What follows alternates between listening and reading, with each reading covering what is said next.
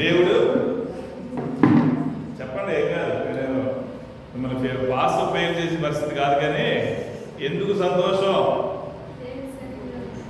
దేవుడి సన్నిధిలో ఉన్నాం కనుక. ఉంటే ఏమొస్తుంది? మంచిదే, క్లారిటీ ఉండాలి కదా. అన్నం తింటున్నావు, ఆహారం తింటున్నావు, ఎందుకు తింటున్నావు? బలం కోసం. ఉన్నా తింటున్నావా? మన దగ్గర పైసలు ఉన్నాయని తింటున్నావా, లేదా ఆహారం ఉంది కదా తినాలి కదా తప్పని తింటున్నావా? ఎందుకు తింటున్నావు చెప్పాలి? బతకడానికి, బలం కోసం. మనము రోజు ఆహారం తింటాం, 2 పూటలు 3 పూటలు 1 పూట మొత్తం మీద తింటాం. ఎందుకు తింటాం? బతకడానికి. ఎందుకు తింటాం చెప్పండి? బతకడానికి. శరీరం ఆరోగ్యంగా ఉండటానికి, అంతేనా? శరీరం శక్తివంతంగా ఉండటానికి, శరీరం మనతో సహకరించిన విధంగా ఆరోగ్యకరంగా ఉండటానికి ఏం చేస్తాం? అనుదినం ఏం చేస్తాం? ఆహారాన్ని తింటాం. హల్లెలూయా. ఆహారం మీద అలిగేవనుకో ఎవరికి నష్టం? మనకే నష్టం. అన్నం తినకుండా అలిగేవనుకో ఎవరికి నష్టం? మనకే. అన్నానికి ఏమైనా అవుద్దా? హల్లెలూయా. అన్నానికి ఏమైనా అవుద్దా? అలిగితే తినకపోతే ఎవరికి నష్టం? మనకే నష్టం. హల్లెలూయా కదా. ఈ క్లారిటీ మనకు ఉంటే కనుక, ఒకవేళ వాక్యాన్ని వినకపోతే, వాక్యాన్ని మనం పొందుకోకపోతే ఎవరు నష్టపోతారు? చెప్పేటోడు ఎవరు అవుద్దా? దేవుడు ఏం చేస్తాడు? అనేక సార్లు నా బోధకు మీరు చెవి ఒగ్గుడి అన్నాడు లేదా? స్పష్టంగా అంటాడు. ఎంత స్పష్టంగా మాట్లాడతాడంటే దేవుడు చిన్నపిల్లలకి చెప్పినట్లుగా అంత స్పష్టంగా మనతో మాట్లాడడానికి ఇష్టపడుతున్నాయి. నా బోధకి, నా మాటలకి మీరు చెవి ఒగ్గుడి అంటే చెవి ఒక్కండి.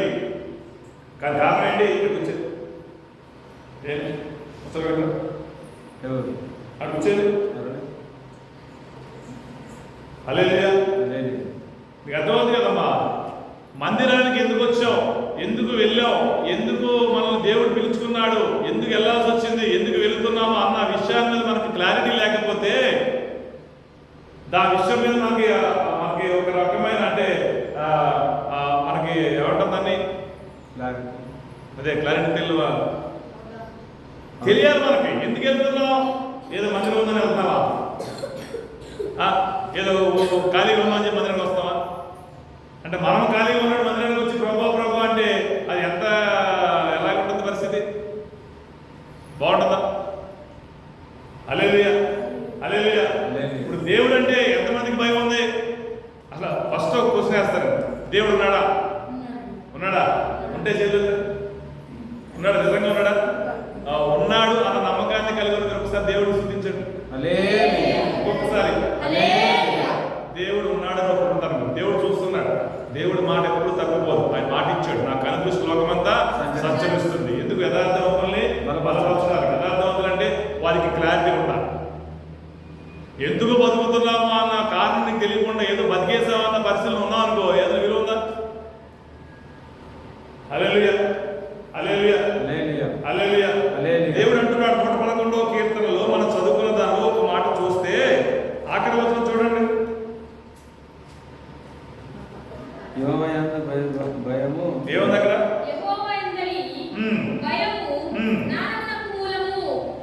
హల్లెలూయా. అర్థమైందమ్మా ఆ మాట? యెహోవా యందు భయము జ్ఞానానికి మూలం అంటున్నాడు. అంటే ఈ మాట యొక్క అర్థం ఏంటి? ఇప్పుడు మనం ఎందుకు వచ్చాం మందిరానికి? దేవుడు ఎందుకు మాటలవి వినడానికేనా? అసలు మందిరం ఎట్లా ఉందో చూడ్డానికి వచ్చావా? ప్రాంగణం ఎట్లా ఉందో, అయ్యగారు అన్ని శుభ్రంగా ఉంచుతాడో లేదో, చెట్లన్నీ ఊడుస్తాడో లేదో, నీట్గా ఉందో లేదో చూద్దామని వచ్చావా? దేనికి వచ్చావా మందిరానికి? వాతావరణం సహకరించకపోయినా, పరిస్థితులు అనుకూలించకపోయినా, లోకానుసారమైన పరిస్థితులు మనకి ఇబ్బంది పెట్టాలని చూసినా, కానీ ఎంతగానో మన ఆసక్తితో, ప్రేమతో, ఇష్టంతో ఎక్కడికి వచ్చాం మనం ఇప్పుడు? దేవుడి దగ్గర. ఎందుకు వచ్చావు? ఎందుకు వస్తాం దేవుడి దగ్గరికి మనం? ఆయన మాట్లాడతాడు. మాట్లాడే దేవుడు సజీవుడు, జీవము కలిగిన వాడు, చలనం కలిగిన వాడు. ఆయన మొదటివాడు, నిన్న నేడు నిరంతరం ఉండేవాడు, ఏకరీతిగా ఉండేవాడు, మార్పు లేనివాడు. ఆయన నాతో మాట్లాడతాడు. ఈ విశ్రాంతి దినం నా కొరకే నియమించాడు, నాతో మాట్లాడడానికి ఆయన ఏర్పాటు చేసుకున్నాడు అన్న విషయాన్ని మనం గుర్తించినట్లయితే, హల్లెలూయా కదమ్మా, దేవుడు అంటున్నాడు అన్నమాట. ఆయన తన బిడ్డలైన వారితో మాట్లాడడానికి ఆయన ఏర్పాటు చేసుకున్న ఈ విశ్రాంతి దినమందు ఆయన సన్నిధికి వచ్చిన ప్రతి ఒక్కరితో ఆయన మాట్లాడి వారి జీవితాల్లో పరిశుద్ధత అనుగ్రహించి దేవుడు వారిని ఆయన సొంత బిడ్డలుగా ఎప్పుడు అందరూ కాపాడేవాడు. ఆయన అంటున్నాడు ఏమని? యెహోవా యందు భయము జ్ఞానమునకు మూలమంట. అంటే జ్ఞానము భయము మూలము. అంటే ఈ వాక్యం ద్వారా దేవుడు ఏం చెప్తున్నాడు మనకి? ఈ వాక్యం ఏం చెప్తుంది? ఈ మాట ఏం చెప్తున్నాడు మనకి? నరసన్న దేవుడు అంటున్నాడు యెహోవా యందు, అంటే దేవుని యందు. యెహోవా అంటే దేవుని యందు, యేసుక్రీస్తు యందు నువ్వు మనం భయం కలిగి ఉంటే ఆ భయము మనకి ఏం చేస్తుందంట? జ్ఞానాన్ని ఏమిస్తుందంట మనకి? జ్ఞానానికి మూలం. అంటే మనము ఏం కలిగి ఉండాలని దేవుడు కోరుకుంటున్నాడు ఇక్కడ? జ్ఞానమును కలిగి ఉండాలని కోరుకుంటాడు. ఆ జ్ఞానాన్ని నువ్వు పొందుకోవాలంటే, ఆ జ్ఞానాన్ని ఏ వ్యక్తి అయినా పొందుకోవాలంటే ఆ వ్యక్తి ఎలాంటి జీవితాన్ని కొనసాగించాలి? దేవుని యందు భయము కలిగిన జీవితాన్ని కొనసాగిస్తే, దేవుని యందు భయముతో కలిగిన జీవితాన్ని జీవిస్తే ఆటోమేటిక్గా ఆ వ్యక్తికి ఏమొస్తుందంట? జ్ఞానము వస్తుందంట. జ్ఞానాన్ని పొందుకోమంటున్నాడు దేవుడు. సామెతల గ్రంథంలో మాట ఉంటుంది. సామెతలు 3:13 చూడండి. సామెతలు హల్లెలూయా. ఏంటంట? సరిపోదు. ఏముందమ్మా అక్కడ? సామెతలు గ్రంథంలో 3వ అధ్యాయంలో 13వ వచనంలో పరిశుద్ధాత్మ దేవుడు, వాక్యమైన దేవుడు ఈ విధంగా వాక్యం ద్వారా మనం తెలియపరుస్తున్నామని, జ్ఞానాన్ని సంపాదించిన వాడు ధన్యుడు. ఏం సంపాదించిన వాడు ధన్యుడు?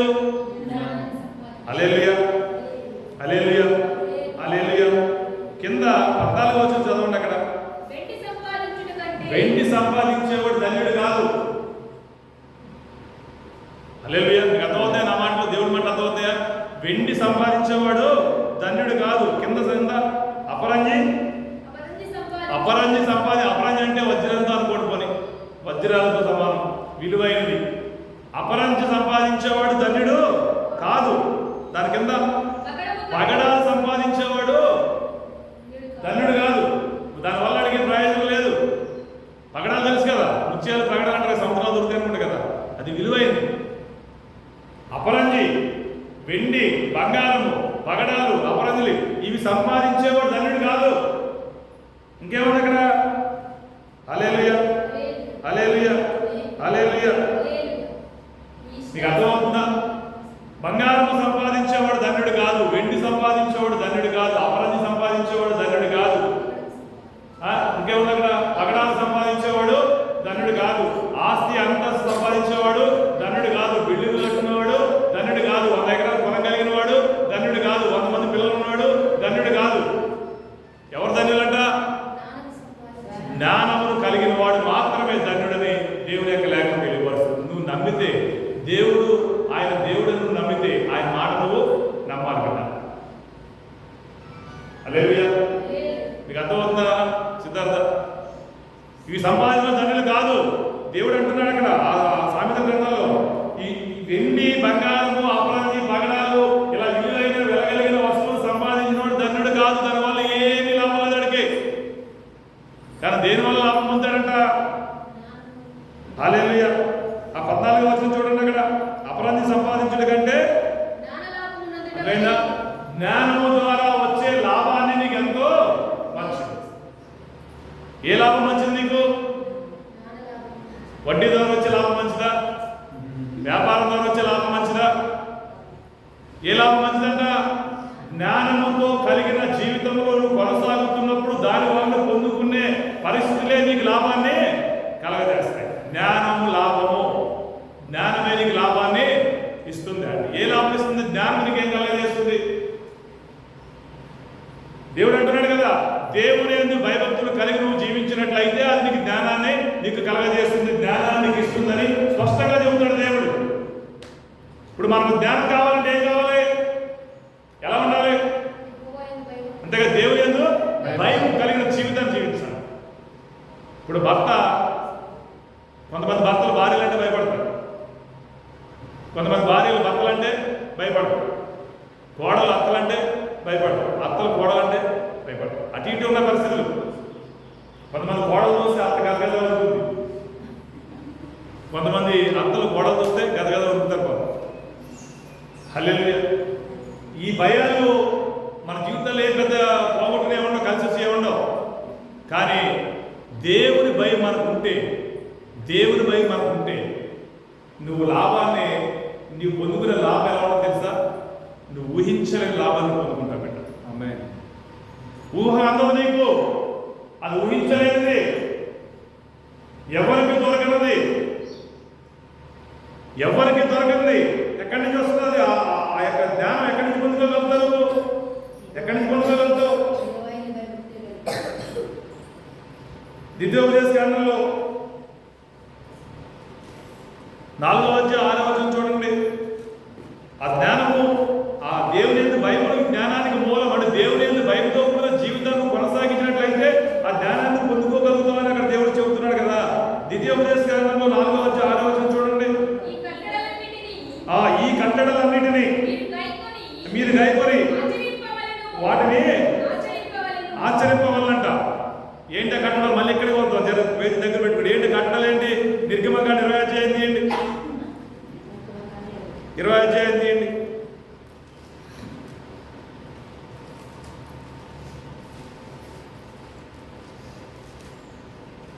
చదవ మొదటి నుంచి.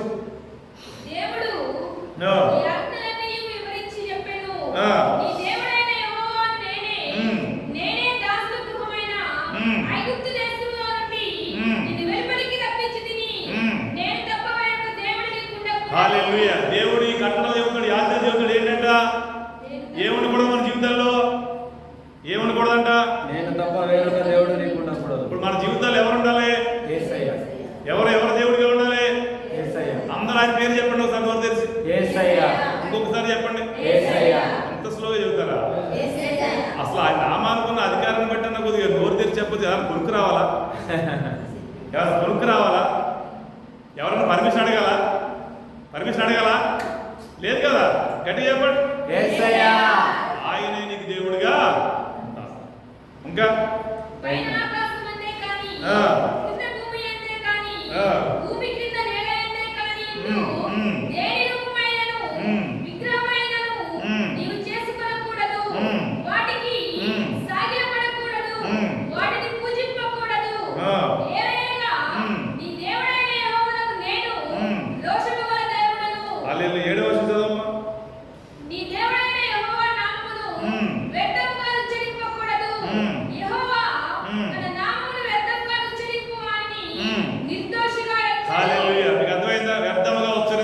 ఉచ్చరించొద్దు అంటున్నాడు దేవుడు. అంటే అది అర్థం ఏంటి చెప్పాలి? హల్లెలూయా. దేవుడు అంటున్నాడు, నా నామాన్ని వ్యర్థంగా నువ్వు ఉచ్చరించొద్దు. అంటే ఆయన నామాన్ని వ్యర్థంగా పలకొద్దు అంటున్నాడు. పలకొద్దు అన్నాడు, అంతే కదా. ఉచ్చరించడం అంటే పలకొద్దనే కదా. పలకొద్దు, వ్యర్థముగా పలకొద్దు బిడ్డ నా నామాన్ని. వ్యర్థముగా పలికే వరకు ఎవరు పాపం చేసేది. మరి తర్వాత నీ ఇష్టం. నేను చెప్తున్నా నీకు, నేను దేవుడిని, నా యందు నీకు భయం ఉంటే కనుక నా మాట నువ్వు ఖచ్చితంగా భయపడతావు లేదా? ఇప్పుడు భర్త అంటే భయం ఉన్న భార్య ఎలా ఉంటుంది? ఎలా ఉంటుంది? ఇప్పుడు ఆ టయానికి పెట్టకపోయినా, టయానికి చూడకపోయినా, ఆ మాటకి లోబడకపోయినా, ఆ మాట ఎక్కకపోయినా ఏం జరుగుతుంది? సాయంకాలం ఏం జరుగుతుంది? గొడవలు జరుగుతాయా? ఇటు గొడవలతో దాన్ని పెడతాడా? కొండయ్య గారు ఏం చేస్తాడు? కోపకున్న భర్త ఏం చేస్తాడు? ముందు వెనక చూడకుండా ఏం చేస్తాడు? బహుమానం ఇస్తాడు కదా. ఇక్కడ ఆ విషయం తెలుసుకున్న భార్య ఏం చేస్తుంది? ఆ భయం ఉన్న భార్య ఏం చేస్తుంది? టంచనగా రాగానే వేడి పెట్టేస్తుంది, టంచనగా రాగానే వేడి అన్నం పెట్టేస్తుంది, టంచనగా అడగకముందే ఏం కావాలని ఇచ్చేస్తుంది. ఇచ్చే ఏం చేస్తా? అమ్మాయ్యా నా ప్రాణానికి సుఖంగా ఉంది అనుకుంటుందా? అనుకోదా? ఇది జరిగితే వాస్తవం కదా. అంటే భయం కలిగిన వ్యక్తి ఏం చేస్తాడో దాన్ని తగినట్లుగా ప్రవర్తించి తన జీవితాన్ని కాపాడుకుంటాడు. మరి దేవుని యందు భయం ఉందని మనం అనుకుంటున్నాం, ఒప్పుకుంటున్నాం, అది మనం అంగీకరిస్తున్నాం. మరి ఎలా జీవించాలి? మీకు అర్థమవుతాయమ్మా? మీరు ఎంతో ధన్యులు బిడ్డ. ఈ సమయంలో ఈ విధంగా ఇక్కడ వచ్చి దేవుడు మాట్లాడుతున్నారంటే నిజంగా ఈ సమయంలో దేవుడికి ఏర్పాటు మీలో కలిగి ఉండడం కనుక, మీ ఎడ కలిగి ఉన్నాడు కనుక రాగలిగింది. లేకపోతే చాలా పరిస్థితులు చాలా ఉంటాయి. లోకం ఎప్పుడు బిజీయే. చాలా మంది అనుకుంటారంట ఎక్కడికి వెళ్దాం ఏదో చేద్దాం ఏదో వ్యాపారం చేసి సంబంధం అనుకుంటాడంట. రేపు అది చేద్దాం, రేపు ఇది చేద్దాం, రేపు అది అవుతుంది, రేపు ఇది అనుకుంటాడంట.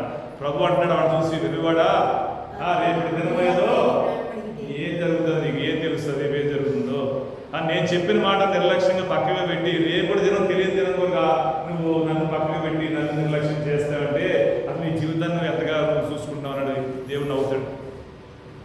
దేవుడు అంటున్నాడు అక్కడ ఏమని, వ్యర్థముగా నువ్వు ఉత్సరించుకుంటాను అంటే వ్యర్థముగా అంటే చాలా మంది ప్రభా ప్రభా ప్రభా ప్రభా ప్రభా ఏసయ్య ఏసయ్య అన్నారా లేదా? వాక్యం చెప్పాడు లేదా? నీ నామాన్ని ఉచ్చరించాం, నీ నామాన్ని ఏదో గొప్ప గొప్ప చేసాం అంటారంట. కానీ ఆయన ఏమన్నాడంటే అతిక్రమం చేసే వారిగా వర్ణించాడు. అతిక్రమం చేసే వారిగా ఇచ్చాడు. వాళ్ళు ఏం చేస్తారంట, దేవుడి నామాన్ని ఉచ్చరిస్తున్నారు, దేవుడు కలిగి ఉన్నారు, కానీ ఏం చేస్తారు వ్యర్థముగా అంటే చేయొద్దని చేసి యేసయ్యకి స్తోత్రం అంటారు. దేనికి స్తోత్రం అంటారు? దేనికి స్తోత్రం అంటారు? అమ్మా నీ భర్త నీకు శిరస్సు అని భార్యకి చెప్పాడు దేవుడు. చెప్పాడా లేదా? చెప్పాడు. చెప్పినప్పుడు ఏం చేయాలి? భర్తను ఎలా చూసుకోవాలి? దేవుడు మాటను బట్టి శిరస్సు అంటే ఒక గౌరవం ఉండాలి, ఒక విలువ ఇవ్వాలి, ఒక మర్యాద ఇవ్వాలి వద్దా? అట్లా కాకుండా వాడిని అడ్డగోలుగా తిప్పి అవమానపరిచి ఏలనగా చేసి నిందించి తక్కువగా చూసి ఏదో కానివాడిగా పరాయవాడిగా చేతకాని వాడిగా నువ్వు ఏదైనా చేసావనుకో, ఇప్పుడు నువ్వేం చేస్తావు? దేవుడిని ఆయన నామాన్ని ఏం చేస్తావు? 3 పూట్ల ప్రార్థన చేస్తావేమో, ఆ 10 రూపాయలు కరెక్ట్గా ఇస్తావేమో, మందిరానికి వస్తావేమో, కానీ నీ ప్రవర్తనను బట్టి దేవుడిని ఏం చేస్తావు? వ్యర్థంగా ఆరాధిస్తుంది. హల్లెలూయా. అబద్ధం అనేది ఆడుతున్నాడు దేవుడు అనడం లేదా? చెప్పండి బిడ్డ. అప్పుడప్పుడు ఆడమన్నాడా? చెప్పండి. చిన్న అబద్ధం అని ఆడమన్నాడా? చెప్పండి. అమ్మా ఆడుతారు కదా, ఎప్పుడైనా ఆడమన్నాడా? ఏదో చిన్నగా ఎప్పుడైనా ఆడొచ్చాను ఎప్పుడైనా అన్నాడా? పోనీ ఏ సందర్భమైనా దేవుడు చెప్పాడా? ప్రకటన ఆదికాండం 1వ దినము ఆ 1వ అధ్యాయం 1వ వచనం మొదలుకొని ప్రకటన గ్రంథం చివరి అధ్యాయం ఆఖరి వచనం వరకు ఎక్కడైనా దేవుడు మనకి ఏదైనా చెప్పాడా? ఏదైనా చెప్పాడా? చిన్న అబద్ధం ఆడబిడ్డ, పెద్ద అబద్ధం అయితే పర్లేదు, ఏదో ఇబ్బంది పడతాం, కానీ చిన్న అబద్ధం ఆడు పెద్ద అబద్ధం ఆడొద్దని చెప్పాడా? లేదు కదా. అప్పుడు ఏం చేయాలను? అస్సలు ప్రాణం పోయిన అబద్ధాన్ని జీవితంలో చూడలేదు. నువ్వు దేవుని గౌరవిస్తే, దేవుడు అయితే భయం ఉంటే అబద్ధం ఆడొద్దు. వ్యాపారం చేయి. వ్యాపారం చేసేది వేరు. సాధారణంగా బర్రె చెరువులో ఉన్నప్పుడు ఎవరైనా బేరం ఆడతాడా? కొండయ్య గారు ఇంకా బర్రె చెరువులో ఉందనుకోండి, పైనుంచి ఎవడన్నా చూసి దాని కొమ్ములు చూసి ఎవడన్నా బేరం ఆడతాడా? ఆడొచ్చా? అది పోతో తెలీదు, తెలుస్తుంది. ఏమన్నా కొమ్ములు కూడా చెప్పగలుగుతాడా? లోపల సాగు ఉంటుంది, చెరువులో బర్రెని బేరం ఆడకూడదు. ఏమవుతుంది? మోసపోయే పరిస్థితులు వస్తాయి. హల్లెలూయా, హల్లెలూయా. నీకు అర్థమవుతుంది కదా? అంటే ఉన్నది లేనట్టు, లేనిది ఉన్నట్టు చెప్పిన వ్యాపారం మనం చేయకూడదు. నాకు వస్తువు ఉంది, ఇంత విలువ, అది నమ్ముతా, నీకు నచ్చితే కొనుక్కో. ఆ విలువకు తగినట్లుగానే మార్కెట్లో వ్యాపారం చేయాలి తప్పితే అది కాని మాట, లేని మాట, ఉన్న మాట, అవున మాట, ఇలాగ మాటలతో కింద మీద చేసి మన వ్యాపారం చేయకూడదు. అలా సంపాదించి ఏం చేస్తావు? 10 తులాల బంగారం కొంటావేమో. ఆ సంపాదించి ఏం చేస్తావు? ఇంకెక్కువ సంపాదిస్తే వజ్రాలు కొంటావేమో. ఇంకెక్కువ సంపాదిస్తే ఏం చేస్తావు? పెద్ద బిల్డింగ్ కట్టుకుంటాయేమో. ఇంకా ఎక్కువ సంపాదిస్తే 100 ఎకరాల పొలం కొంటాయేమో. ఇంకా ఎక్కువ సంపాదిస్తే ఏం చేస్తావు? పెంటలు చేసుకుంటాయేమో, గెస్ట్ హౌస్ చేసుకుంటాయేమో. హల్లెలూయా. అంతే కదా, సంపాదించి ఇంతే కదా, ఎందుకంటే చేస్తావో బిల్డింగ్ గారు కొంటాయేమో. అంతేనా? అంతే కదమ్మా. డబ్బు ఎక్కువ సంపాదిస్తే ఏం చేస్తావు? మంచి కారు కొనుక్కుంటావు, మంచి ఇల్లు కొనుక్కుంటావు, 10 తులాల బంగారం కొనుక్కుంటావు, 100 తులాల బంగారం కొంటావు, 100 కేజీలు కొంటావు, ఏదో మొత్తం జరుగుతుంది. దేవుడు ఏమన్నాడు? నీ బంగారం వల్ల నీకు ఏ ధన్యత, నీ అపరంజి వల్ల నీకు ఏ ధన్యత, నీ వెండి వల్ల ఏ ధన్యత. చాలా మంది ఇంట్లో వెండి ప్లేట్లు తింటారు కొంతమంది, అది గొప్పగా చెప్పుకుంటారు. కొంతమంది బంగారం ప్లేట్లు తింటారు, అది గొప్పగా చెప్పుకుంటారు. ఆ చెప్పుకున్న దాన్ని బట్టి, కలిగి ఉన్న దాన్ని బట్టి ఆడికి ఏమన్నా ఒక రోజు ధన్యత వస్తుందా? హల్లెలూయా. దేనివల్ల ఆడి ధన్యత దేవుడు చెప్తున్నాడు? జ్ఞానమే నీకు ధన్యత కలగజేస్తుంది, జ్ఞానమే నీకు లాభాన్ని కలగజేస్తుంది. హల్లెలూయా. ఆ జ్ఞానము దేవుని యందు భయముతో కూడా జీవితమును కొనసాగించినట్లయితే ఆ జ్ఞానాన్ని నువ్వు కలిగి జీవించగలుగుతావు, అది పొందుకోగలుగుతావు. అదే మూలము. దేవుని భయమే జ్ఞానాన్ని సంపాదించుకోవడానికి మూలం. వేరేది ఏం లేదు. వేరేది ఎట్లా వేరే ఏ విధంగా సంపాదించుకోవు. దేవుడు యేసు ప్రభు ఆయన సృష్టికర్త, సృష్టించిన సమస్తాన్ని సృష్టించిన సృష్టికర్తను నమ్ముతున్నావు. నమ్మని వారి గురించి దేవుడు చెప్పట్లేదు. ఎవరైతే నా విశ్వాసం కలిగి విశ్వసించి విశ్వాసంలో కొనసాగుతున్నారో, నేను రక్షకుడిని అంగీకరిస్తున్నారు, నేను విమోచకుడిని అంగీకరిస్తున్నారు, వారి కొరకు ప్రాణం పెట్టారని ఎవరైతే నమ్ముతున్నారో, నా రక్తం వారిని ఈ పాపం నుంచి విడుదల కలగజేసి నమ్ముతున్నారు, నా రక్తం వారిని మరణం తప్పించిందని నమ్ముతున్నారు, వారితో దేవుడు మాట్లాడుతున్నాడు. యేసు ప్రభు యొక్క శిలువ, ఆ త్యాగం, ఆ రక్తం మనకి ఏం కలగజేసినామా చెప్పండి. యేసు ప్రభు చనిపోయింది కదా, చనిపోతే ఏం జరిగింది మనకి తెలుసా? తెలియదు. అది కూడా ఆయన చనిపోయిన తర్వాత ఏం జరిగింది మనకి? మన యొక్క పాపములు గతించినాయి. ఆయన తిరిగి లేచిన దాన్ని బట్టి ఏం జరిగింది? కొత్తగా మనము జన్మించాం. అంటే పాపము లేని జీవితాన్ని దేవుడు మనకి ఇచ్చాడు. హల్లెలూయా, హల్లెలూయా. అలాంటి జీవితాన్ని ఇచ్చిన ఆ దేవుడు ఆయనే అని విశ్వసించి విశ్వాసం కలిగి జీవిస్తున్న మనము ఆ జీవితంలో ఏం చేస్తున్నాం? దేవుడు చెప్పినట్లుగా నడిచే పరిస్థితి మనకు కనపట్లేదు. దేవుడు అంటే ఇష్టమే. యేసుప్రభు దేవుడిని మనస్ఫూర్తిగా నమ్ముతున్నాం. ఎక్కడికి వెళ్ళం, ఎక్కడికి వెళ్ళం. కానీ చెప్పిన మాటలో చెయ్యి. హల్లెలూయా. చదవండి, అక్కడ దిగ్గమగాడు 25 చదవండి కొద్దిగా. వ్యర్థముగా నామాన్ని ఉచ్చరించకూడదు. తర్వాత 8వ వచనం,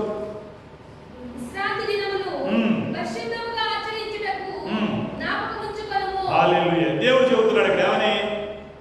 దేవుడు కట్టడిది, దేవుడు ఆజ్ఞ, దేవుడు నియమం, దేవుడు నిబంధన ఏంటి? విశ్రాంతి దినమున పరిశుద్ధంగా ఆ విశ్రాంతి దినాన్ని ఆచరించట నువ్వు మర్చిపోవాలి.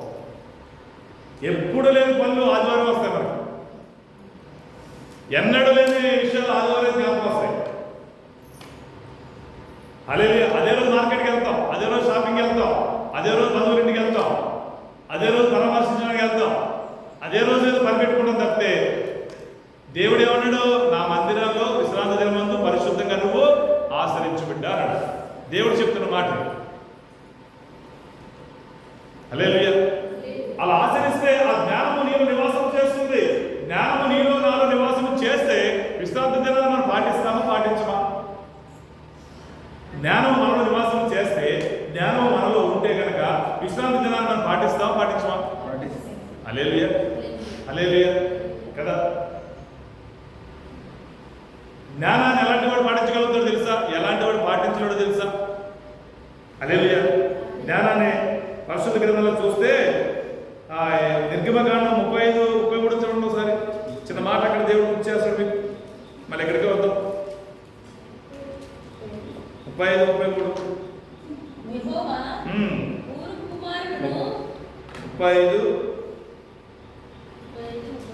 ఏమవుతుంది అక్కడ?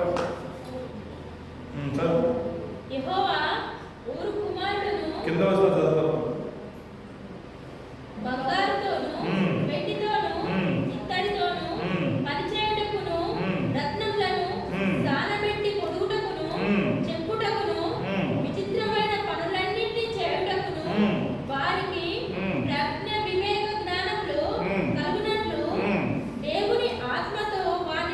హల్లెలూయా. అవన్నీ చేయటానికి కావాల్సిన జ్ఞానమును ఒక వ్యక్తి పొందుకోవాలంటే ఆ వ్యక్తిలో ఏముండాలి? అండర్లైన్ చేసుకుంటారు. దేవుని ఆత్మను కలిగి ఉండాలి. దేవుని ఆత్మతో ఆ వ్యక్తిని నింపాడు కనుక ఆ నింపబడిన ఆ కలిగి ఉన్న ఆత్మను బట్టి ఆ వస్తువులన్నీ చేయడానికి కావాల్సిన జ్ఞానాన్ని ఆ వ్యక్తి పొందుకున్నాడు. హల్లెలూయా. అందుకే అంటాడు దేవుడు, ఆత్మ లేని వాడు నావాడు. కారణం ఏంటి తెలుసా? ఆత్మ కలిగిన వాడు మాత్రమే నావాడిగా అని దేవుడు చెప్తున్నాడు. కారణం ఏంటి? ఆత్మ కలిగిన వాడు, ఆత్మను ఉంచుకున్నవాడు, దేవుని హత్తుకున్నవాడు, దేవుడితో హత్తుకున్నవాడు ఏం చేస్తాడు? ఖచ్చితంగా దేవుడు చెప్పినట్టుగానే జీవిస్తాడు. ఏ ముళ్ళ చెట్టు ద్రాక్షకాయలు కాస్తుందా? కాస్తుందా? ముళ్ళ చెట్లు ద్రాక్షకాయలు ఉంటాయా? హల్లెలూయా. హల్లెలూయా. ఇప్పుడు ఏ చెట్టు ఆ చెట్టు విరుద్ధమైన పనులు కాస్తాయా? కాస్తాయా?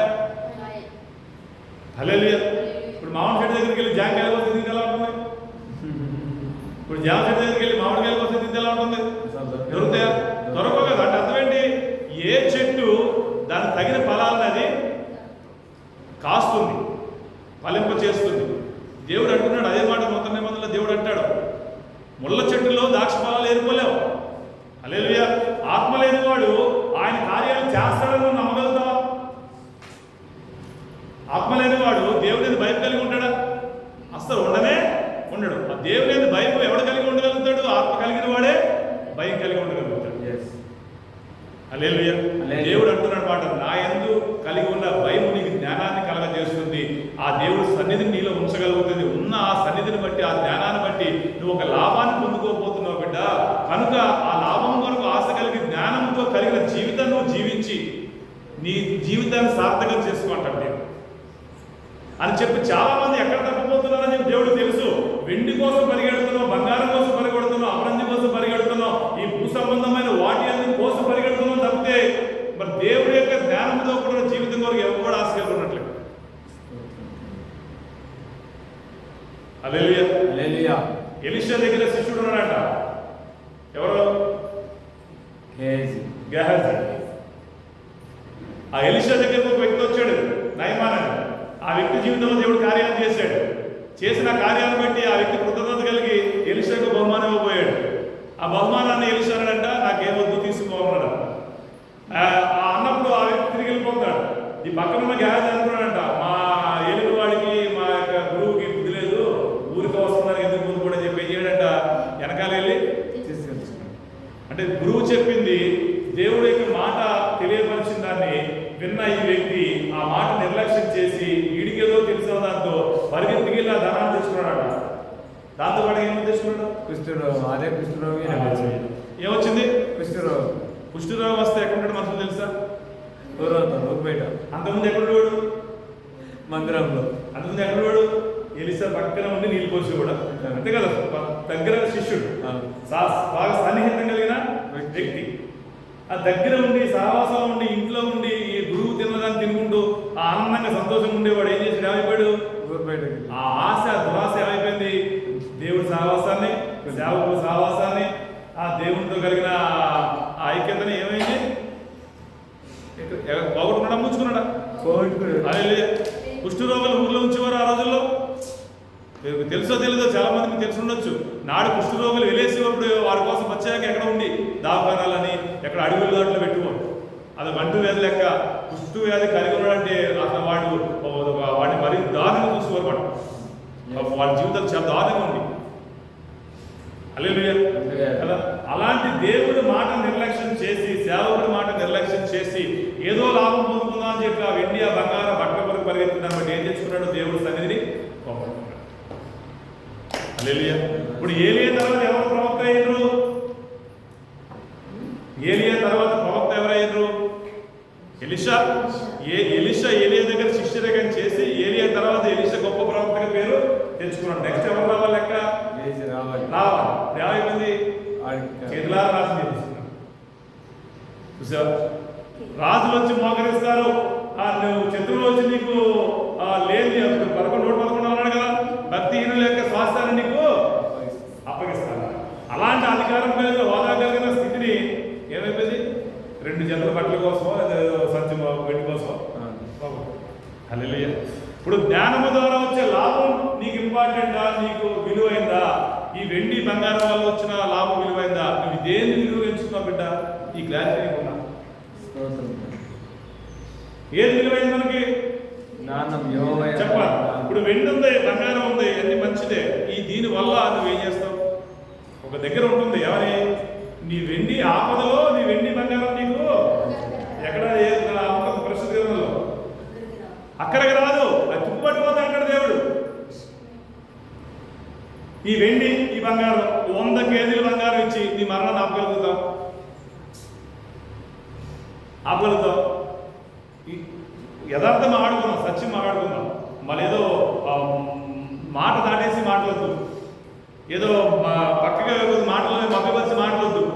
మనకున్నదంతా ఇచ్చి మనం మరణాన్ని పొందుకోకుండా కాపాడుకోగలుగుతామా?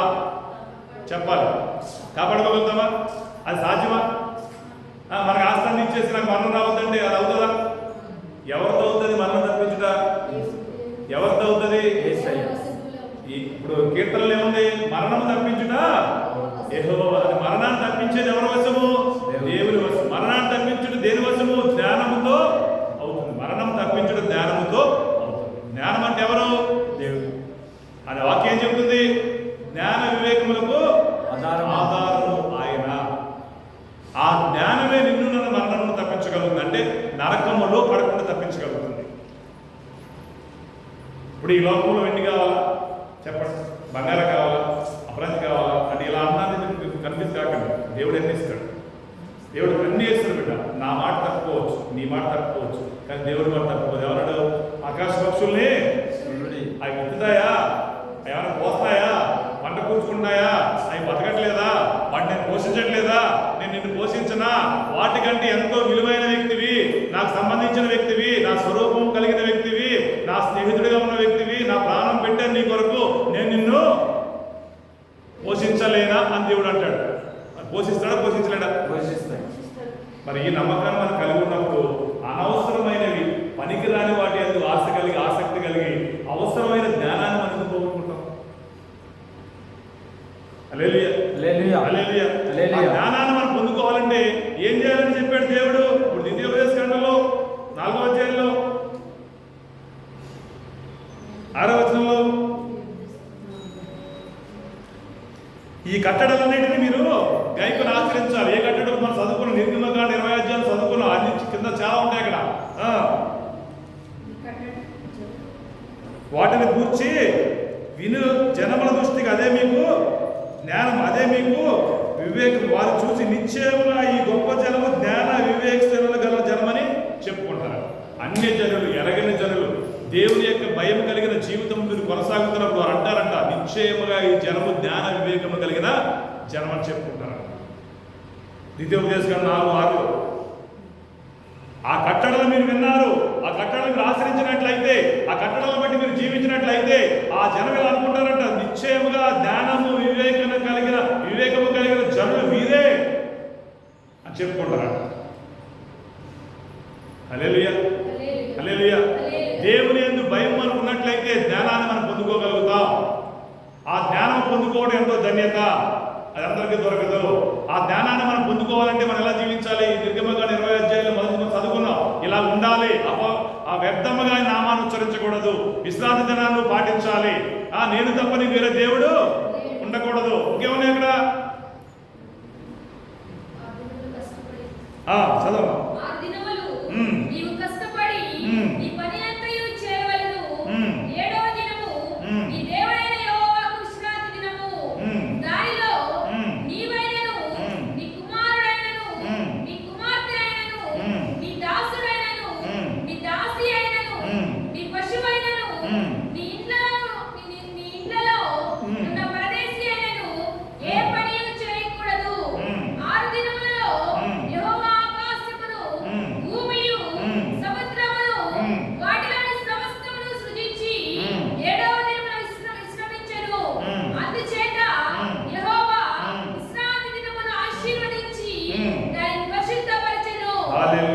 విశ్రాంతి దినాన్ని ఏం చేయడంట? పరిశుద్ధపరచాడంట. ఏం చేయడంట? ఆశీర్వదించాడంట. ఇప్పుడు మనం పరిశుద్ధపరచబడాలంటే ఎక్కడ ఉండాలి? మందిరం. మనం ఆశీర్వించబడాలంటే ఎక్కడ ఉండాలి? మందిరం. ఇవేమి చెయ్యం, కానీ దేవుడు సహాయం చేయాలి. ఈ స్వార్థం కదా. మనం ఏం చెయ్యం. వెనకటి కూడా అంటాడంట, మా ఇంటికి వస్తే ఏం చేస్తావు, నీ ఇంటికి వస్తే ఏమి ఇస్తావు అన్నాడు. ఏమన్నాడంట సిద్ధార్థ? మా ఇంటికి వస్తే నువ్వేం చేస్తావు, నీ ఇంటికి వస్తే మాకేమి ఇస్తావు. అసలు ఏమన్నా ఇప్పుడు నీ ఇంటికి వస్తే నాకు ఏమి ఇస్తావని సంతోషమే. మరి వాడి నీ ఇంటికి వచ్చి నువ్వు కూడా ఇవ్వాలి కదా, ఇవ్వాలి వద్దా? హల్లెలూయా. దేవుడు కావాలి, దేవుడు ఆశీర్వదించాలి, సంతోషమే. దేవుడు ఎందుకంటే ఆశీర్వాదానికి వారసులుగా మనల్ని పిలుచుకున్నాడు బిడ్డ. మనల్ని ఆశీర్వదించడానికి దేవుడు పిలుచుకున్నాడు, సత్యం. కానీ ఆశీర్వాదాలు మనం పొందుకోవాలంటే ఏం చేయాలి? దేవుని మాటకి లోబడాలి కదా. కింద ఏమన్నాయి అక్కడ?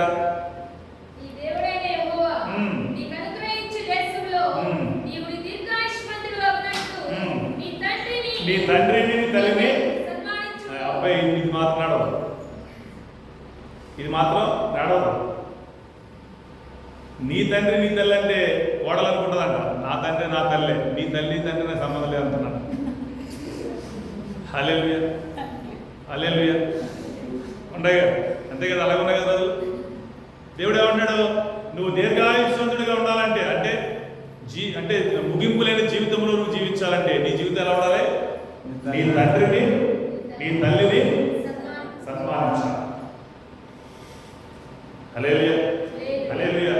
దేవుని భయం నువ్వు కలిగి ఉన్నట్లయితే, దేవుని భయము నువ్వు కలిగి జీవించినట్లయితే ఖచ్చితంగా నువ్వు ఏ పరిస్థితిలో ఉన్నా నీ తల్లిని తండ్రిని ఏం చేస్తావు? సన్మానిస్తావు. సన్మానించలేదనుకో, వాళ్ళు చూడలేదనుకో, నువ్వు ఇంట్లో చికెన్ వండుకుంటున్నావు, వాడు పసలేసి పెడతావు, పక్క పక్కనే వాసన రాదు బొమ్మలకి, మసాలా వాసన రాదు వాళ్ళకి అనుకుందాం, వస్తుందా రాదా పండగ? కానీ వాళ్ళు ఎంత మదన పడతారు, బాధపడతారు కదా. మరి ఆ బాధ దేవుడు చూస్తారో చూంటారు.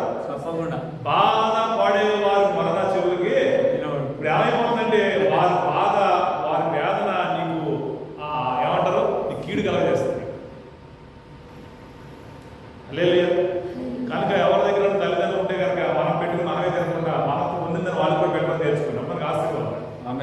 హల్లెలూయా హల్లెలూయా. తర్వాత నరహత్య చేయకూడదు, వ్యభిచరించకూడదు, దొంగిలకూడదు, పక్కోడి మీద అబద్ధ సాక్ష్యం పలకకూడదు, ఆశించకూడదు. మనం బాగుండాలి, వాడి నాశనం అవ్వాలి. మనం బాగుండాలి, వాడి ఇంట్లో నుప్పుడు గురవా. హల్లెలూయా. ఎలా ఉండకూడదు, ఎలా ఉండాలంట?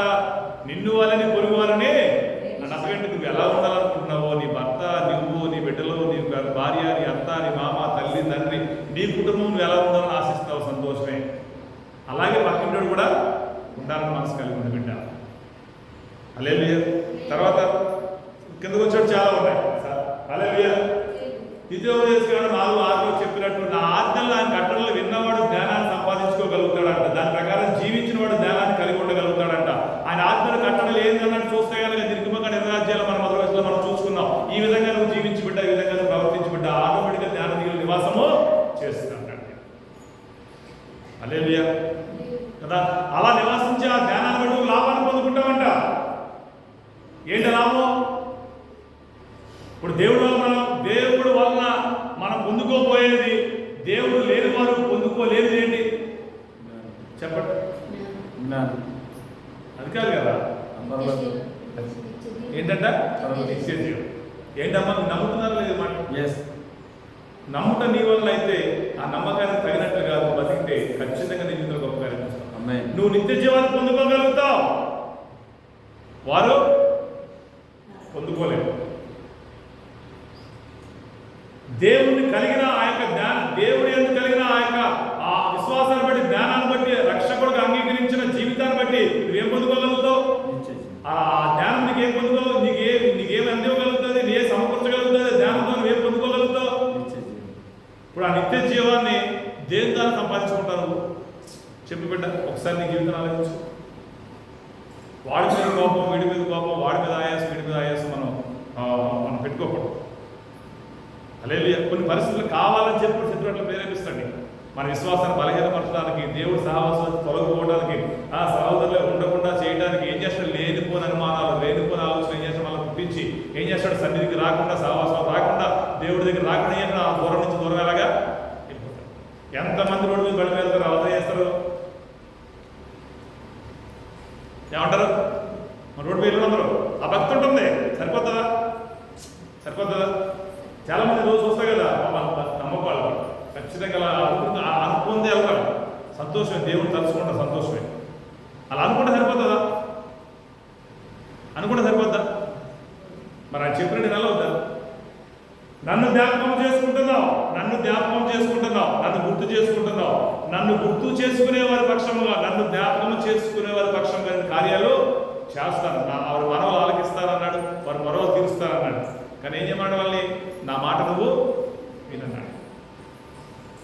హల్లెలూయా కదమ్మా. జ్ఞానం చాలా విలువైనది.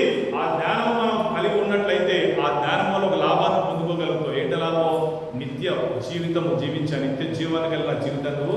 పొందుకోగలుగుతాం బిడ్డ. మనిషికి ఇంకొక జీవితం ఉంది, మానవుడికి ఇంకొక జీవితం ఉంది.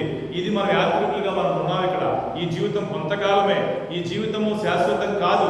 ఇది చాలా చిన్న జీవితము, నీడ వంటి జీవితము.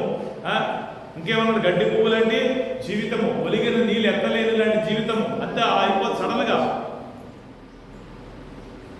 చిన్న జీవితాలు గడిచిన దినాల్లో మన సంఘంలో 2 సంఘటనలు జరిగినాయి. మన ఊతమ్మ సహోదరి ఈరోజు సన్నిధికి వచ్చిందాం. భర్త ఆయన చనిపోయింది. ఆయన చాలామంది తెలియలేని పరిస్థితిలో ఉన్నారు. కానీ దేవుడు తెలుసుకున్నాడు. ఆయన సమాధి ఎలా జరిగినా కానీ దేవుడు తెలుసుకుని ఆయన చనిపోయాడు కనుక ప్రకటన గ్రంథంలో చెప్పినట్టుగా ఏంటంటే వారి ప్రయాసాలను మాని వారి విశ్రాంతిలోకి ప్రవేశిస్తారు. దేవుని బిడ్డలకు ఏముందమ్మా? విశ్రాంతి ఉంది. ఆ విశ్రాంతి జ్ఞానము కలిగిన వాడు మాత్రం విశ్రాంతిలోకి ప్రవేశిస్తాడు. ఆయన విశ్రాంతిలో ప్రవేశించాడు. అదేవిధంగా గడిచిన 2 దినాల ముందు మన దేవదాస్ వస్తాడు కదా, గంగాధర్ వాళ్ళ తల్లిగారు చనిపోయారు.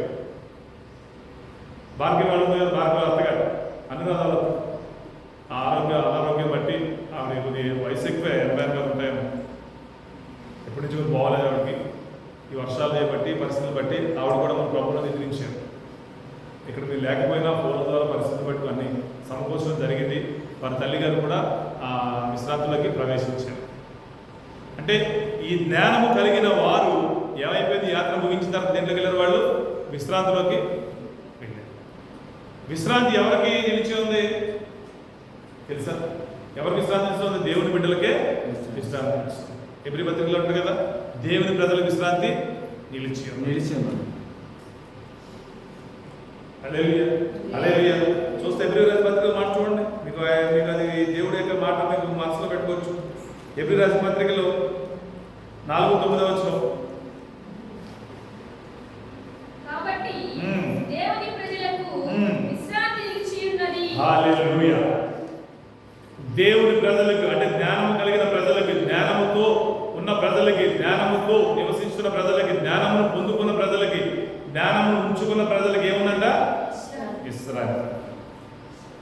ఆ విశ్రాంతి నీ బంగారం నీకు విశ్రాంతి ఇవ్వదు, నీ వెండి నీకు విశ్రాంతి ఇవ్వదు, నీ ఆస్తి, నీ కులము, నీ అంతస్తు, నీ ప్రాంతం, నీ భాష, వేషం నీ విశ్రాంతి ఇవ్వదు, నీ పగడాలు, నీ విలువైన వస్తువులు విశ్రాంతి ఇవ్వదు.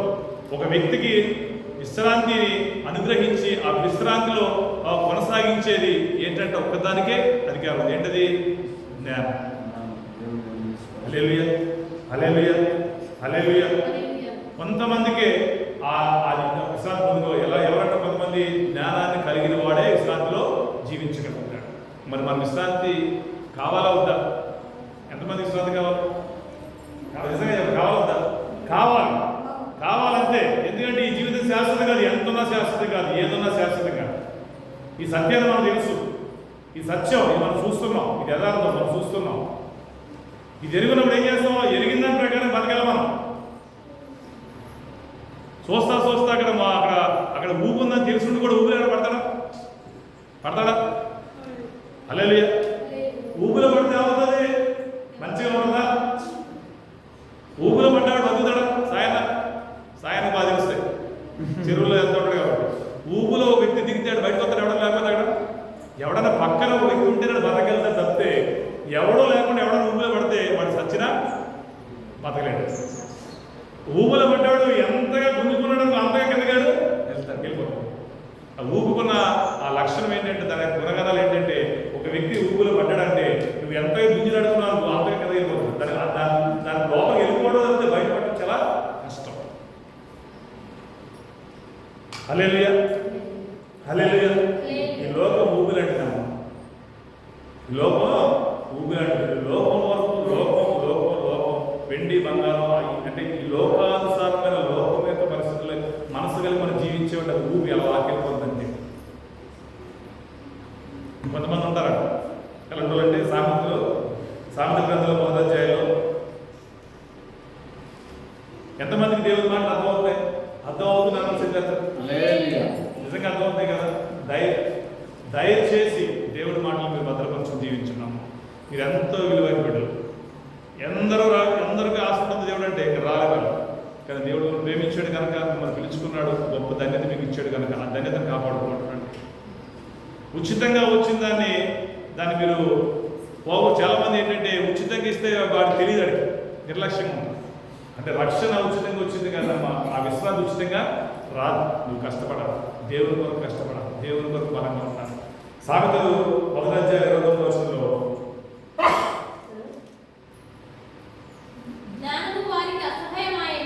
జ్ఞానము వారికి, అంటే కొంతమంది కొన్ని గుంపు ఉంది ఇక్కడ. ఏమైందంటే జ్ఞానం వారికి ఏమైందంట? అసహ్యమైన. అసహ్యం అంటే చాలా ఇష్టం మాట. అసహ్యం అంటే సిద్ధార్థ, అసహ్యం అంటే తెలుసారా పదికు? అసహ్యం అంటే ఏంటి? ఇష్టమా? ఇష్టం లేదంట. అసహ్యం అంటే అర్థం ఏంటంటే ద్వేషం, కోపం ఉంటేనే అసహ్యం వస్తుందన్నమాట. నీ ముఖం చూడటం కూడా నాకు అంటే అంత అసహ్యం ఉంటే అన్నమాట. అంటే అసహ్యం అంటే ఏంటి? ఇక్కడ కొంతమంది ఉన్నారు ఏంటంటే జ్ఞానం వారికి అంటే దేవుడు మాట్లాడే లక్ష్యం ఉండదు, అంటే ఇష్టం ఉండదు, లక్ష్య పెట్టడం. జ్ఞానం అంటే అక్కడ జ్ఞానం అంటే ఎవరు? అక్కడ వాక్యం. వాక్యం అంటే ఎవరు? యేసయ్య. అంటే దేవుని యొక్క కట్టడలు, దేవుని యొక్క నిబంధన, దేవుని యొక్క నియమాలు వారికి ఎలా ఉంటాయంట? అసహ్యం. హల్లెలూయా. మరి జ్ఞానాన్ని అసహించుకుని ఆ జ్ఞానం ద్వారా వచ్చే లాభాలు కావాలంటే ఎక్కడ వస్తుంది? అవుతుందా? తండ్రికి అన్నం పెట్టకుండా తండ్రి వల్ల కావాలన్నా రావాలని ఆస్తి నాకు రావాలంటే అది ఎక్కడన్నా సాధ్యమేనా? అది ఏ కోటికెళ్ళి ఒప్పుకుంటాడా? హల్లెలూయా. మీకు అర్థమవుతుంది కదా? అర్థమవుతుందా? దయచేసి కొంతమందికి దేవుడు అంటే అసహ్యంగా, అంటే అసహ్యం అర్థం ఏంటంటే దేవుడు చెప్పినట్టుగా జీవించమాట, చెప్పిన మాట వారు వినరు, ఉద్ధరణ చేస్తారంట. ఆ తర్వాత ఏముంది? భయభక్తులు కలిగి ఉండుట వారికి ఇష్టం లేకపోయిను. యెహోవాయందు భయభక్తులు కలిగి ఉండటమే జ్ఞానానికి మూలం. ఇక్కడ ఏమైంది? యెహోవాయందు భయభక్తులు కలిగి ఉండడం వారికి ఏమాత్రమో ఇష్టం. అంటే అర్థం ఏంటి? అబద్ధం ఆడుతున్నాడు, అబద్ధం ఆడుతున్నాడు. ఆ సావాసం వద్దంటే సావాసం చేస్తాడు, అక్కడ వెళ్ళొద్దంటే అక్కడ వెళ్తాడు, అంతే. అలా చూడొద్దంటే అలాగే చూస్తాడు, అలా అనొద్దంటే అలాగే అంటాడు, అలా చేయొద్దంటే అలాగే చేస్తాడు. ఇప్పుడు భయం ఉన్నాడా? భయలేడా? భయం లేదు. హల్లెలూయా. అంటే దాని అర్థం ఏంటి? దేవుడు మాట్లాడే వాడికి నిర్లక్ష్యం, దేవుడు మాట్లాడే అసహ్యం. ఇలా కొంతమంది ఉన్నారంట మనవాళ్ళు. ద్వితీయోపదేశకాండంలో 4వ అధ్యాయంలో 3వ వచనం.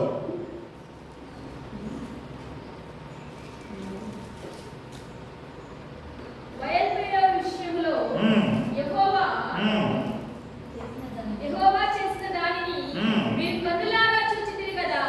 బయలుపేరు వెంట వెళ్ళిన ప్రతి మనుష్యుని నీ దేవుడైన యెహోవా నీ మధ్యన ఉండకుండా నాశనం చేశాడు. హల్లెలూయా. పరిశుద్ధాత్మ దేవుడు చెబుతున్నాడు, బయలుపేరు ఒక సంఘటన, ఒక పరిస్థితి అక్కడ జరిగిన దాన్ని ఏమంటాడంటే ఆ బయలుపేరు వెంట వెళ్ళిన ప్రతి మనుషుడిని మన దేవుడైన యెహోవా ఏం చేయడంట? ఆ ప్రజల మధ్య ఉండకుండా నాశనం చేయడంట. అదేంటో తెలుసా? దీనికి మన సంఖ్యాకాండం చూడండి, 25వ అధ్యాయం చూడండి. సంఖ్యాకాండం 25వ అధ్యాయం చూడండి, మొదటి వచనం చూడండి. ఇశ్రాయేలీయులు షిత్తీములో దిగియుండగా ప్రజలు మోయాబురాలతో వ్యభిచారం చేయసాగిరి.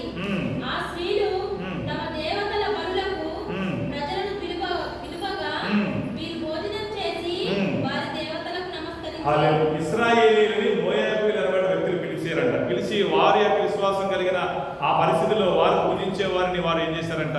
బలులు అర్పించి, ఆ బలులు అర్పించిన దాన్ని వండిన పదార్థాలు తినడానికి ఎవరు పిలిచారంట? ఇశ్రాయేలీయులను పిలిచారు. ఇశ్రాయేలీయులు అంటే ఎవరు? మన దేవుని బిడ్డలు, దేవుని కలిగిన వారు, దేవుని విశ్వసించిన వారు, దేవుని నమ్మిన వారు, దేవుడి పిలుపులో ఉన్నవారు. పిలిచినప్పుడు వీళ్ళు ఏం చేశారంటే వీళ్ళు వారి యొక్క భోజనాన్ని చేశారంట. చేసి ఏం చేశారంట?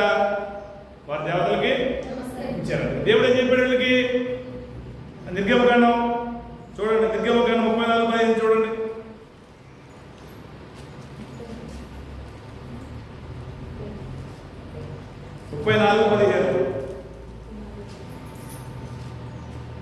ఆ దేశపు నివాసులతో నిబంధన చేసుకోకుండా జాగ్రత్త పడు. వారు ఇతరుల దేవతలతో వ్యభిచరించి ఆ దేవతలకు బలి అర్పించుతున్నప్పుడు ఒకడు నిన్ను పిలిచిన వారి విశ్వాసాన్ని బట్టి వారు బలి అర్పించి వారు భోజనాలు చేసుకున్నప్పుడు ఒకటి నిన్ను పిలుస్తాడు. ఒకవేళ పిలిచిన ఎడలు నువ్వేం చేయాలంట? నీవు బలి ద్రవ్యము తినకుండా చూచుకొనుము. హల్లెలూయా. దేవుడు ఏం చెప్పాడు? ఏం చేయమని చెప్పాడు? చెప్పాడు లేదా? పిలుస్తారు, వాళ్ళు పిలుస్తారు, నువ్వు తినకు. తినకు బిడ్డ. వాళ్ళు పిలుస్తారు, వాళ్ళు వారి యొక్క విశ్వాసం, వారి నమ్మకం, వారు అర్పిస్తుంటారు, వారు వండుకుంటారు, అట్లా వారు తింటారు, అట్లా అది వారి విశ్వాసం అంతే. కానీ వారిని పిలుస్తారు, కానీ నువ్వు పిలిచినట్టు మాత్రం నువ్వు తినకు అని చెప్పిన దేవుడి మాట ఏం చేశారు వీళ్ళు? నిర్లక్ష్యం చేసి ఏం చేశారంట? 25 సంఖ్యాకాండం వచ్చినప్పటికి 3వ వచనంలో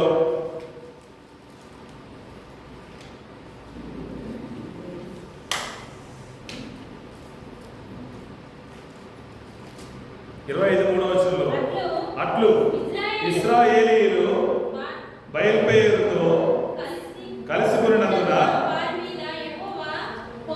హల్లెలూయా. దేవుడు చెప్పిన మాట నిర్లక్ష్యం చేసి దేవుడు అసహ్యంగా ఎంచి దేవుడి మాటను ధృవీకరించిన దాన్ని బట్టి దేవుడి యొక్క కోపం ఏమైందంట? రగులుకుందంట. రగులుకుంటే ఏం జరిగింది తెలుసా? 9వ వచనం చదవండి. 24,000 మంది ఆ తెగులు చేత చనిపోయి. హల్లెలూయా. ఎంతమంది చనిపోయారంట? అంటే ఎంతమంది భోజనం చేశారు అక్కడ? ఎంతమంది భోజనం చేశారు వీళ్ళు?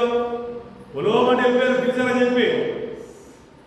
ఆహారం కొరకు, ముక్కల కొరకు, మటన్ కొరకు ఏం చేశారు? దేవుడు చెప్పిన మాట కూడా పక్కన పెట్టి, దేవుడు చెప్పిన మాట కూడా నిర్లక్ష్యం చేసి, దేవుడు వద్దనడానికి కూడా మరి ఏం చేశారు? దేవుడి మాట అసహ్యంగా ఇచ్చినట్టే కదా. ఇప్పుడు నేను చెప్పిన మాట వెళ్ళాలనుకో, నువ్వు ఏం చేసినట్టు అని లెక్క అంతేగా అర్థం? అంతేనా? అంతే వస్తున్నాము స్వతంత్రంగా, అంతేగా. ఇప్పుడు మనం మాట చెప్పాం, వాడు వెళ్ళదనుకో, అర్థం ఏంటి? నీ లెక్క ఎంత, నువ్వు చెప్పేది కాదు. నువ్వు చెప్పకపోయినా చెప్పినట్టే అది.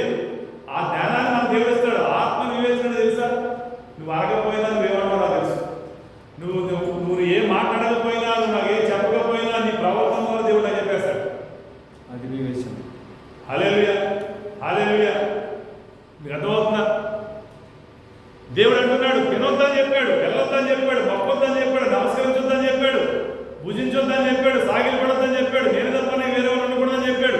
ఇన్ని రకాలుగా, ఇన్ని విషయాలు అన్ని రకాలుగా మనం చెప్పి ఆయన బోధించినప్పుడు, వినిపించినప్పుడు, తెలియపరిచినప్పుడు ఏం చేయదు? చిన్నప్పుడు అంటే చిన్నపిల్లలు ఏం చేస్తాం? చిన్నపిల్లలు పట్టుకులు లాక్కెళ్తాం, అంతే కదా. పట్టుకులు లాక్కెళ్తే ఎత్తుకెళ్తాం. అది పెద్ద ఎత్తుకోమంటే పెద్ద లాక్కెళ్ళాం కదా. వాడే రావాలి. మన చిన్న పిల్లలుగా ఉన్నప్పుడు అంటే విశ్వాసంలో ఎదగనప్పుడు, విశ్వాసం గురించి తెలియనప్పుడు ఏం చేస్తాం? కొన్ని బలహీనతలు మనలో ఉన్నాయి, కొన్ని తప్పులు మనలో ఉన్నాయి, మనం చేసాం, మనకు తెలియదు. మన చిన్న పిల్లలు మనం ఎదగలేము. కనుక ఎవరి మీద ఆధారపడ్డాం, ఎవరిని బట్టో మనం బ్రతికాం, ఎవరిని బట్టో మనం జీవించాం. ఎదిగిన వాడు ఎవరి మీద ఆధారపడతాడా? 20 కిలోలు మోత మోయలేని పరిస్థితిలో ఉంపడుతుంది మనం ఆలోచించి. ఇప్పుడు 50 కిలోలు మోత మోసే స్థితికి దేవుడిని తెచ్చాడు. నువ్వేం చేయాలి? నీ మోత నువ్వే, నీ బరువు నువ్వే, అంటే నీ విశ్వాసం నువ్వే కాపాడు. తెలియనప్పుడు దేవుడు క్షమిస్తాడు, తెలియనప్పుడు దేవుడు ఇంకో సమయం ఇస్తాడు, తెలియనప్పుడు దేవుడు ఇంకో రకానికి సహాయం చేస్తాడు. మరి తప్పుల్ని ఆ ఐగుప్తు నుంచి బయలుదేరి ఆ కనాన దేశానికి వచ్చినప్పుడు ఎన్నిసార్లు ఆయన ఇసుకించారు. దేవుడు ఏం చేశాడు? ఇదే తెలియదు. ఆ సిలువలో మరణించినప్పుడు ఏమన్నాడు ఆయన? ఏం చేశారు ఆయన ఏం చేశారు ఆయన? అక్కడ ఉమ్మేరు, కొట్టారు, ఏలన చేశారు, కళ్ళ గంటలు కొట్టి దాగుడు చిన్నప్పుడు ఆడతాం కదా. కొట్టి ఎవరు కొట్టాడు చెప్పు? ఉమ్మి కొట్టి ఇట్లాగా అవమానకరంగా, ఏలనకరంగా, నింద ఒక రకంగా ఈసడించుకునేట్టు అసహ్యకరంగా ఎంతగానో దేవుణ్ణి ఇచ్చేసారు. ఆయన అన్నాడు, వీళ్ళు ఏం చేస్తారు, వీళ్ళకి తెలియదు కనుక వీళ్ళని క్షమించారు. నిజంగా వాళ్ళకి తెలియదు కనుక దేవుడు క్షమించాడు. ఎందుకంటే ఈయన ప్రణాళిక వాళ్ళకి తెలియదు. దేవుడు రాకడా, దేవుడు పుట్టిగా, దేవుడు త్యాగం వాళ్ళకి తెలియదు కనుక వాళ్ళని ప్రవర్తించాడు. అది నిజంగా ప్రవర్తించారు కాబట్టి దేవుడు క్షమించాడు. హల్లెలూయా, హల్లెలూయా. మనకు తెలియదు, మనకు ఎదగలేదు, తప్పులు చేస్తాం. తన దేవుడు వల్ల ఏం చేసినప్పుడు క్షమిస్తాడు. ఎందుకంటే ఆయన శిక్షించే దేవుడు కాదు, మరణాన్ని అప్పగించే దేవుడు కాదు, ఏదో సాధించే దేవుడు కాదు. కానీ ఎదిగినప్పుడు ఎలా ఉండాలి? ఎదిగిన వారిగానే విశ్రాంతి దినం పాటించాలనే విషయం మనం గ్రహించాం. వస్తే ఆస్వాదించబడతామనే విషయం గ్రహించాం. వస్తే పరిశుద్ధపరచబడతామని గ్రహించాం. జ్ఞానము ద్వారా లాభం ఎంతో విలువైందని ఈ జీవితం శాశ్వతం కాదని గ్రహించాం. ఇంకొక జీవితం ఉందని గ్రహించాం. ఆ జీవితంలో విశ్రాంతిలో మనం ఉండాలంటే అది జ్ఞానం వల్లే సాధ్యమని మనం గ్రహించాం. కానీ గ్రహించిన ఆ యొక్క ఆలోచన బట్టి ఏం చేయాలి? జ్ఞానం ఉంచుకోవాలి, భద్రంగా అసహించుకోవద్దు. దేవుడి మాట అసహించుకోవద్దు. దేవుడి మాట తృణీకరించొద్దు.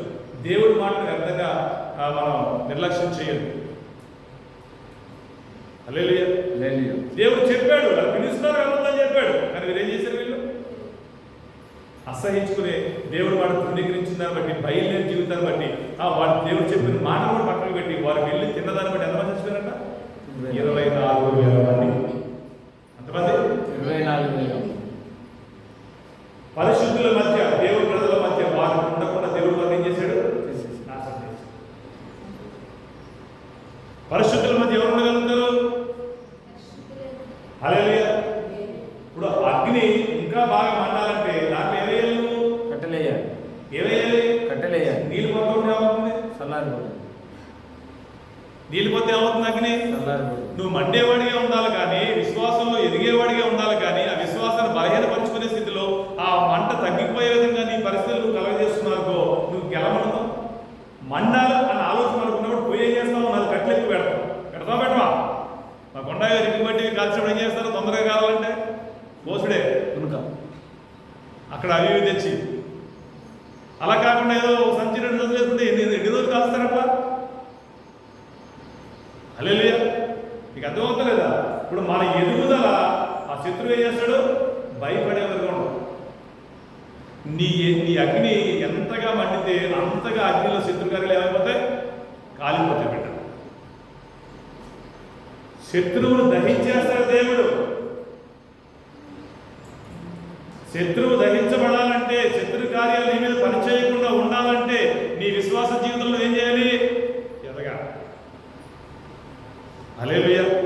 హల్లెలూయా. హల్లెలూయా. మీకు అర్థమైందా? జ్ఞానం అనేది మనం కలిగి ఉండాలి. ఆ జ్ఞానము దేవుని భయంతోనే అది పొందుకోగలుగుతాం. ఆ భయము ఆ చెప్పిన మాటని విన్నదాన్ని బట్టి జీవిస్తే ఆ జ్ఞానాన్ని మనం సంపాదించుకోగలుగుతాం. ఆ జ్ఞానము కలిగిన నరుడు ధన్యుడు. ఎందుకంటే ఆ జ్ఞానం వల్ల లాభం ఎంతో గొప్పది. ఈ లోకంలో ఉన్న వాటి వల్ల వచ్చే లాభం కంటే జ్ఞానం వల్ల వచ్చే లాభం ఎంతో విలువైంది. కనుక ఆ జ్ఞానాన్ని కలిగి జీవించి బిడ్డని దేవుడు చెబుతున్నాడు.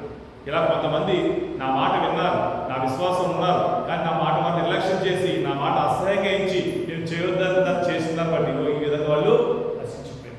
ఆ నాశనంలో ఉన్నావా? ఆ నాశనంలో నువ్వు ఉండకూడదు. ఆ 24,000 మందిలో నువ్వు నేను ఉండకూడదు. హల్లెలూయా. హల్లెలూయా. కనుక చెప్పిన మాట చెప్పినట్లుగా మనం విని జీవిస్తే బిడ్డ నీ అంత ధరణి భూమి ఎవరు? ఈ లోకంలో ఇది లేదు అది లేదు అనే మనం బలహీనపడే పరిస్థితులు మనం ఉండకుండా ఎంతగానో ఎవరికి లేని ధన్యత గొప్ప జ్ఞానంతో కూడా దేవుడు మనం కలిగి ఉన్నాం. ఆయన మనల్ని మరణం తప్పిస్తున్నాడు, తప్పించాడు. మంచి విశ్రాంతి కలిగిన జీవితాన్ని మనకి ఇచ్చాడు, ఇస్తున్నాడు అన్న విశ్వాసంతో మనం జీవించినట్లయితే నీ జీవితం నువ్వు ఊహించగల గొప్ప ధన్యత కలిగిన జీవితాన్ని చూసుకుంటాడట. హల్లెలూయా. మరి ఒకసారి ప్రార్థన చేసుకోండి. మోకరించండి.